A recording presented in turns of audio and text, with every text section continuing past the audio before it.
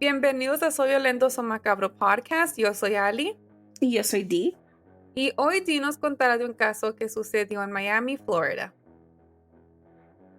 As the world celebrated the arrival of a new year, Esterling Meza Garcia's life was heartbreakingly cut short by a senseless act of violence. What should have been a night of joy and fresh beginnings turned into a nightmare as Esterling was brutally shot while waiting for an Uber just outside of her Miami home.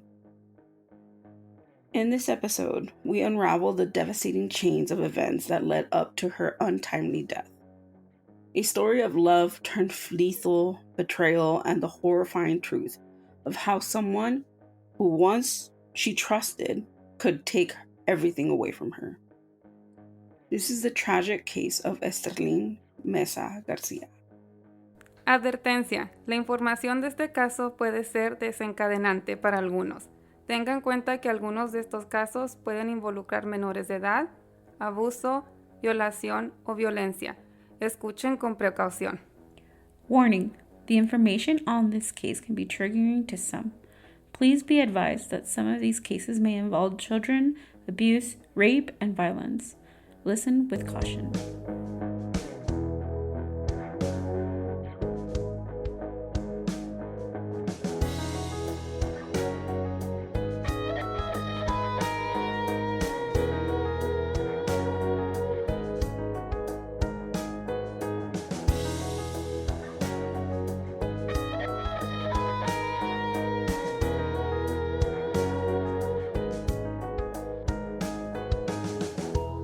Sí, es que ella andaba detrás de ella, la andaba persiguiendo.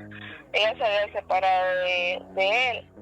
Entonces, por lo mismo que le daba malos tratos, entonces ella se separó y él andaba así detrás de ella. Y entonces ahí ese día encontró el momento justo y le disparó, la mató.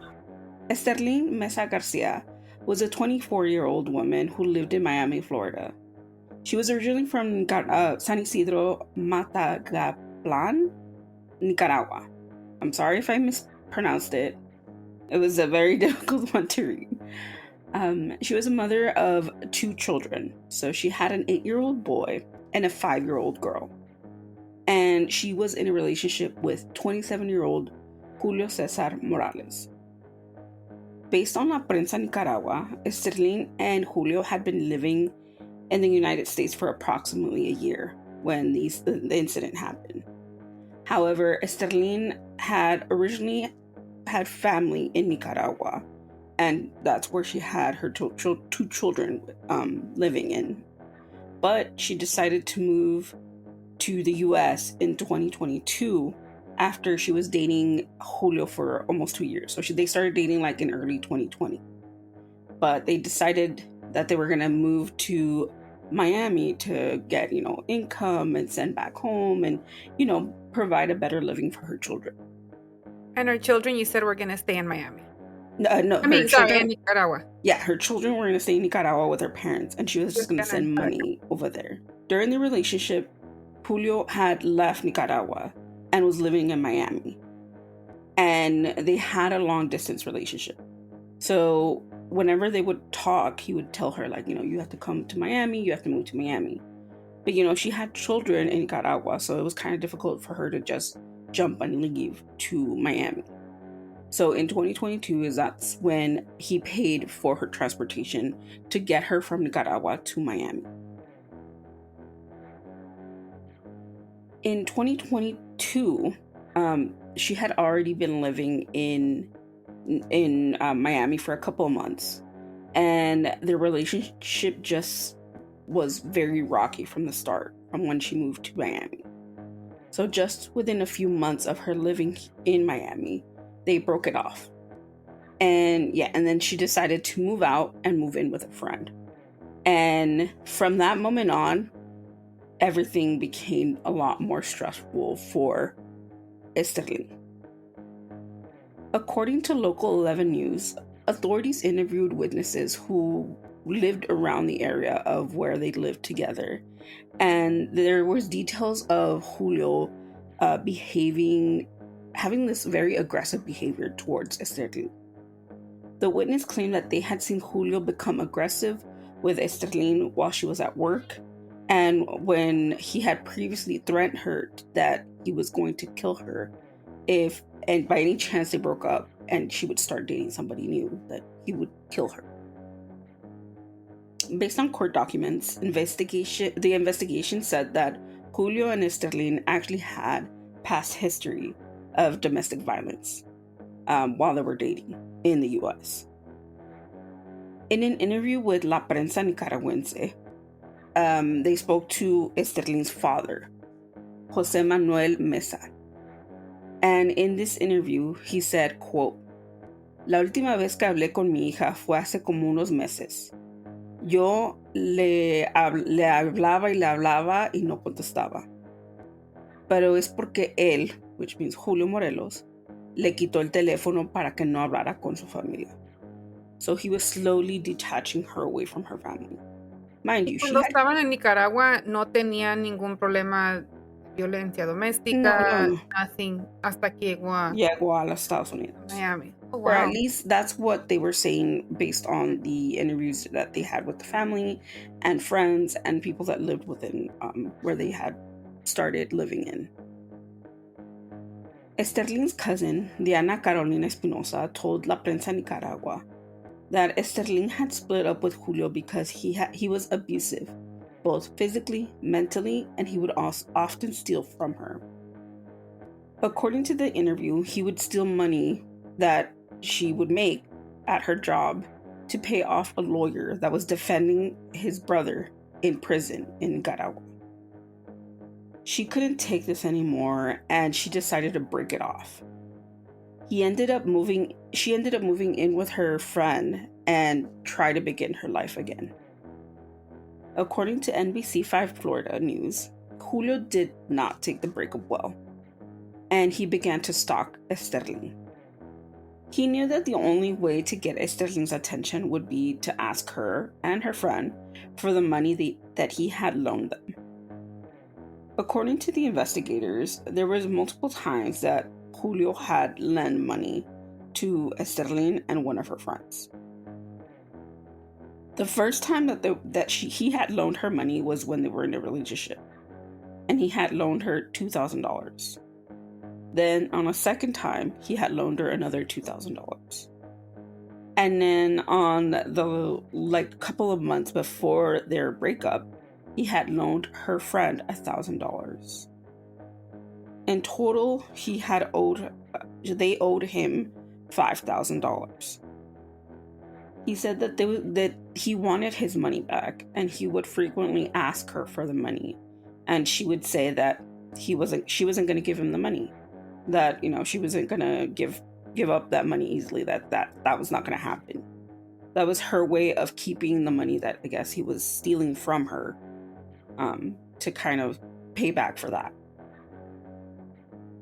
This drove Julio to be very upset, and it became very consistent of the amount of times that he would ask for the money. According to the investigators of this case, Julio told officers that Esterling told him that he wasn't going to give the money back, and a few days after Christmas, he was attacked by Esterling's new boyfriend and her boyfriend's friend. This drove Julio to buy a firearm off of the streets in order to protect himself. On December 31st, 2023, on New Year's Eve, Julio knocked on Esterling's door and was attempting to get his money back. Esterling, assuming that her Uber driver had arrived to take her to a friend's birthday party, she gladly opened the door. When she opened the door, she realized it was Julio on her front porch. After getting into an argument about the money, Esterling told him that she wasn't going to give him the money back, and she turned her back against him. This infuriated Julio and motivated him to pull the gun out of his jacket. He shot Esterling with 8 bullets to the back of the head and her neck. she was left bleeding while he ran away. Based on the 911 call records, a call was sent shortly after the shots rang out. Detectives determined that it was Julio who called 911 and confessed that he murdered Esterling, and he asked to turn himself in. As of today, there's no information on what happened to the rest of the case. During the time of the murder, he had gone to prison and he was facing up to second-degree murder, and that was all that had been said about the case. So there's no updates, there's nothing. I tried looking through different websites, but nothing would come up about it. Muchos casos duran tiempo hasta que den una sentencia. Yeah. You would expect it would be quick because they're in prison already, but Yeah. it But takes time. Yeah, but especially based on what happened with, COVID and everything, it delayed a lot of the trials that are happening. So I'm not surprised that even after a year, now almost a year from the murder, it still hasn't been resolved. Oye, entonces, ¿era cierto que el novio de Esterling y el amigo sí lo habían golpeado? Yes. According to what the records say, that's what actually happened. But there was no evidence of it actually happening. It was just kind of like what he told detectives. Yeah. And how he kind of was scared enough to go get a firearm. But the fact that he pulled the gun out on Esterling during the time that he went to visit her shows that he probably had other intentions. Y pues con todo lo demás que había hecho antes, ¿verdad? De to threaten her y de golpearla y todo, pues. Yeah. Y luego no nomás le dio una vez, le dio 8 veces. Yeah. That's anger. It shows that he was really, really angry at what was going on. Esterling Garcia's case is a devastating reminder of how quickly love can turn into control, fear, tragedy, and violence. Her life was stolen on a night meant for hope and new beginnings. A night she planned to celebrate with her friend and her friend's birthday party. Her loss has left a void in the lives of her loved ones, especially her children who are now orphans. It is important to recognize the warning signs of a toxic relationship and support those who feel trapped in them. If you or someone you know is experiencing abuse, resources are available to help. We will provide the links in the description of this episode. You do not have to face it alone. This is a tragic case of Esterling Meza García. Sí, nos avisaron como 2 horas después. La expareja la asesinó afuera de donde ella estaba viviendo. Y este fue el caso de esta semana. I know it's a really short case, but I do feel like it connects with a few of the cases that we've done in the last couple of weeks when it comes to domestic violence. It's important to talk about it. Yeah, and especially during the holidays, I feel like a lot of tensions are high and a lot of domestic violence happens during the holidays. So, just because we are in this time of new beginnings, you can also take advantage of that and, get out of these toxic relationships and very unhealthy, relationships with a person that's just not, giving you any good in your relationship. So good for you. We will leave any of the resources in the description of this episode, and as well, we will post them on our social media platforms if you need them. But for now, that's the case for this week. If you have any thoughts, any questions, or if you want to talk about this case or any of the other cases, we have the comment section and our DMs open on all of our social media platforms. You can follow us on Instagram, TikTok, Twitter, or X as it's known now, Blue Sky. Am I forgetting something else? No. Threads. Threads. Yeah. You can find us in all those 5 social media platforms. Just look for us as at SVSM_podcast, or you can type in Soy Macabro podcast and we should be the first ones to pop up. You can also look for us on Facebook. Just type in Mientras podcast. We should also pop up on there. We have a YouTube channel. We upload the video portion of this podcast on there. So if you want to look and see our faces, you could just type in Mientras podcast on the research bar and we should pop up. I'm trying to see what else. If you want to listen to the rest of the 132 episodes that we have, you can go on our Spotify, Apple Podcasts, Amazon Music, or wherever you stream podcasts. Just type in Mientras podcast and you can find our whole catalog there. And I think that's it. Don't know what else to say. Is that it? I think that's it. Yeah. That's it. Yeah. Sorry. I was not ignoring you. So for those that are watching the video, I was looking down because Leo was trying to leave the room, and I had to text, "Can someone open the door, please?" Because Dee is on a roll, and I don't want to interrupt her. Well, too late. No, just kidding. But nice. It's so fine. It's completely fine. And he didn't bark, so he didn't interrupt you either. He didn't. He was like, "Oh, she's on a roll." He's like, "We'll let her be." She's like, "It's once in a while that this happens."